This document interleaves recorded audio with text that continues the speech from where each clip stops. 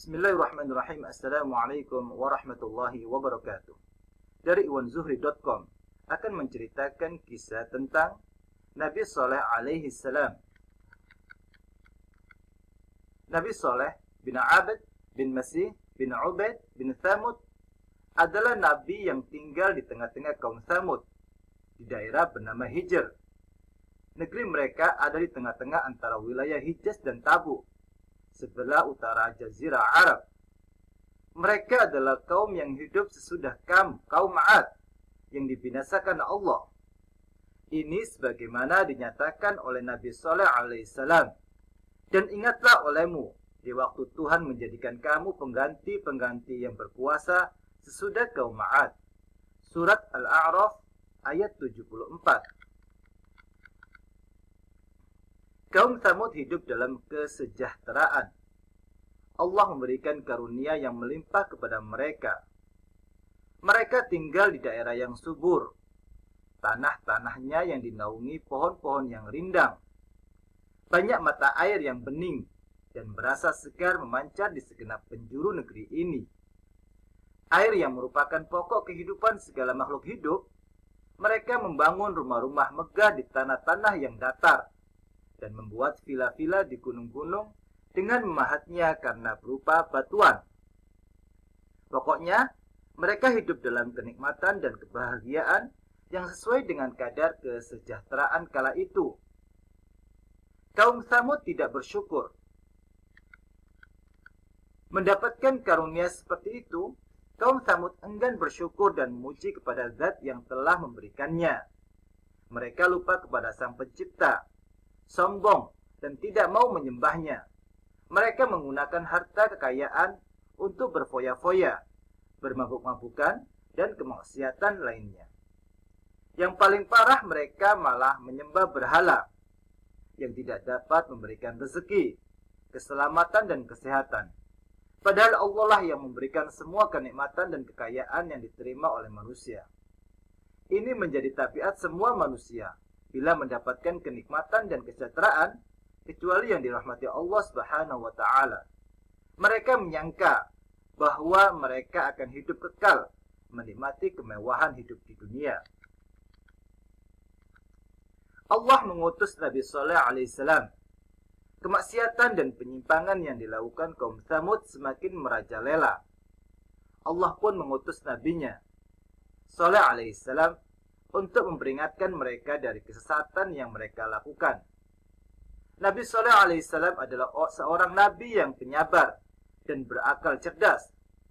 Ia mengingatkan kaumnya akan nikmat Allah yang telah dikaruniakan kepada mereka.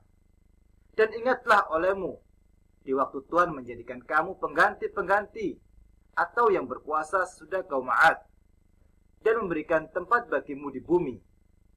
Kamu dirikan istana-istana di tanah-tanahnya yang datar dan kamu pahat gunung-gunungnya untuk dijadikan rumah. Maka ingatlah nikmat-nikmat Allah dan janganlah kamu merajalela di muka bumi, membuat kerusakan. Surat Al-A'raf ayat 74. Membuat kerusakan di bumi maksudnya berbuat maksiat dan kesyirikan kepada Allah. Ia mengingatkan kaumnya bahwa Zat yang telah memberikan karunia itulah yang harus diibadahi dan diisahkan dalam menyembahnya. Bukannya menyembah berhala. Berhala hanyalah batu buatan manusia yang tidak dapat memberikan manfaat dan menimpahkan bahaya. Ia mengatakan, "Hai kaumku, sembahlah Allah. Sekali-kali tidak ada Tuhan bagimu selainnya." Surat Al-A'raf ayat 73.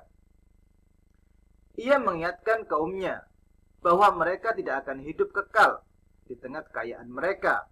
Semuanya akan lenyap. Maka hendaknya mereka menggunakannya untuk amal-amal kebaikan. Ia mengajak agar takut kepada Allah. Maka bertakwalah kepada Allah dan taatlah kepadaku. Surat Asy-Syu'ara ayat 150 sampai 152.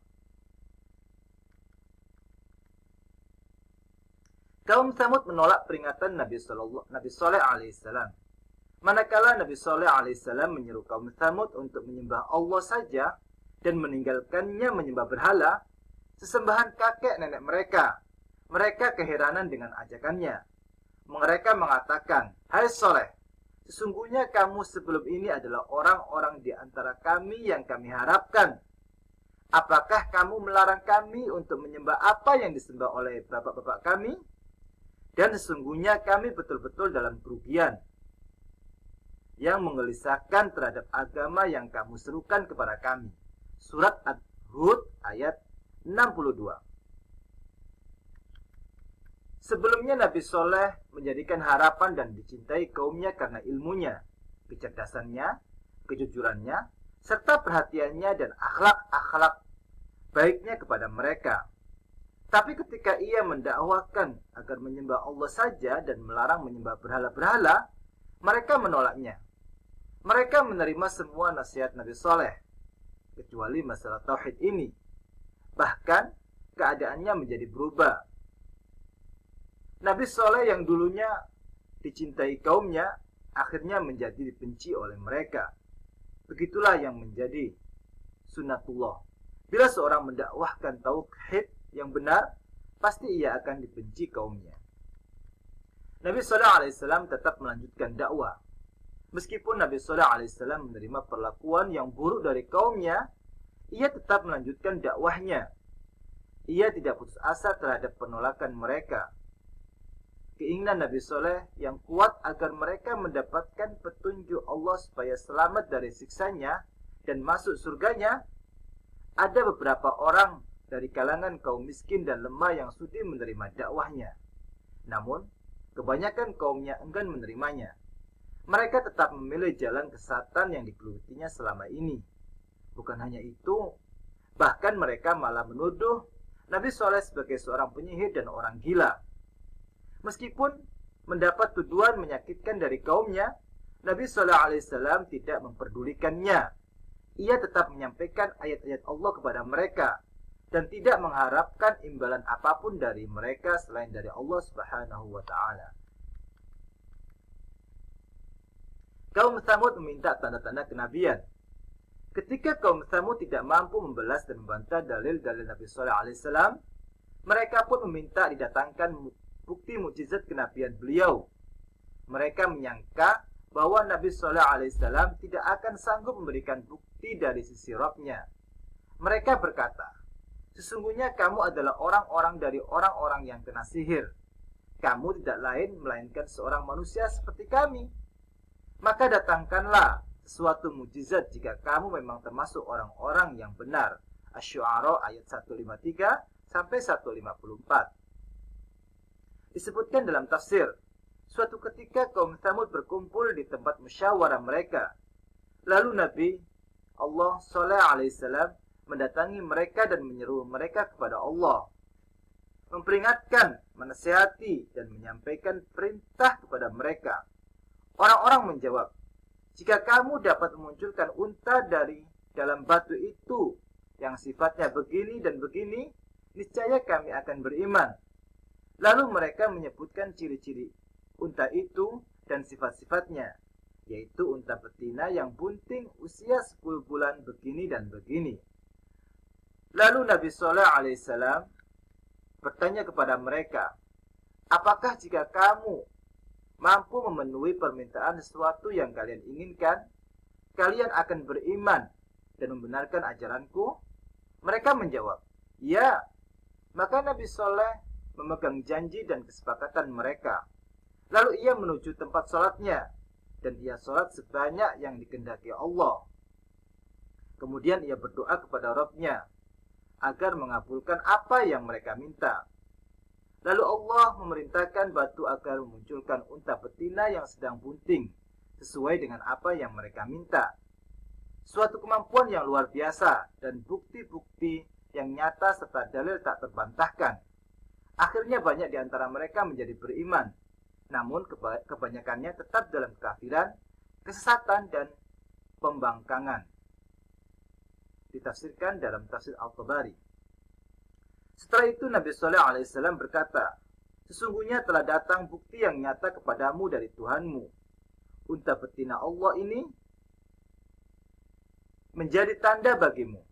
maka biarkanlah ia makan di bumi Allah, dan janganlah kamu mengganggunya dengan gangguan apapun, yang karenanya kamu akan ditimpa siksaan yang pedih. Surat Al-A'raf ayat 73. Unta yang muncul dari dalam batu itu adalah unta Allah yang menjadi mukjizat Nabi Saleh. Ini bukan unta biasa. Ia muncul di dunia bukan dilahirkan sebagaimana hewan biasa. Unta itu pun hidup bebas berkeliaran di tengah-tengah kaum Tsamud. Demikian itu karena Nabi Saleh telah memperingatkan mereka agar tidak berbuat jahat kepada unta itu, yang akan menyebabkan turunnya murka dari Allah Subhanahu wa taala. Nabi Shallallahu alaihi wasallam memberitahukan, ini seekor unta betina. Ia mempunyai giliran untuk mendapatkan air, dan kamu mempunyai pula untuk mendapatkan air dari hari yang tertentu. Surat Asy-Syu'ara ayat 155. Di perkampungan kaum Tsamud terdapat mata air untuk minum penduduknya. Pada hari giliran orang-orang mengambil air minum dari mata air tersebut, maka unta itu tidak meminumnya. Ketika unta itu meminumnya, maka orang-orang tidak mengambil air minum darinya. Namun mereka memerah susu dari unta itu. Anehnya, susu unta itu dapat mencukupi kebutuhan minum penduduk semuanya. Subhanallah. Demikianlah keberkahan unta tersebut. Hal ini berlangsung beberapa lama. Hari berganti hari, bulan berganti bulan. Orang-orang yang ingkar kepada Nabi Saleh masih memendam kebencian kepadanya. Kebencian mereka semakin menyala-nyala karena melihat unta mukjizat Nabi Saleh yang memberikan keberkahan kepada orang-orang kafir. Setan pun membisikkan kejahatan kepada para tokoh kaum Tsamud. Ia membisikkan kepada mereka agar menyembelih unta itu agar bisa bebas mengambil air dari mata air. Maka para pemimpin kaum itu pun berkumpul di suatu tempat untuk membuat sesuatu kesepakatan, yaitu membunuh unta itu. Setan pun menjadi indah perbuatan tersebut dalam pandangan mereka, sehingga mereka lupa peringatan Nabi Sallallahu Alaihi Wasallam. Ada 9 orang yang setuju dan bersedia membunuh unta itu. Al-Quran mengabarkan, dan adalah di kota itu 9 orang laki-laki yang membuat kerusakan di muka bumi, dan mereka tidak berbuat kebaikan. Surat An-Naml ayat 48. Berkumpullah orang-orang yang bersepakat membunuh unta itu pada hari yang telah ditentukan. Mereka dipimpin oleh orang-orang yang paling celaka di antara mereka, yaitu Qudar bin Salif. Mereka menunggu-nunggu kedatangan unta itu. Ketika unta itu pulang dari minum di mata air, mereka pun bersiap-siap membunuhnya. Tak beberapa lama unta itu lewat, maka seseorang menebaskan pedangnya ke arah paha unta itu. Maka jatuhlah unta itu, lalu yang lain menyembelihnya. Akhirnya matilah unta itu. Demikian kisah ini. Silakan dibaca kelanjutannya dalam web iwanzuri.com. Terima kasih. Assalamualaikum warahmatullahi wabarakatuh.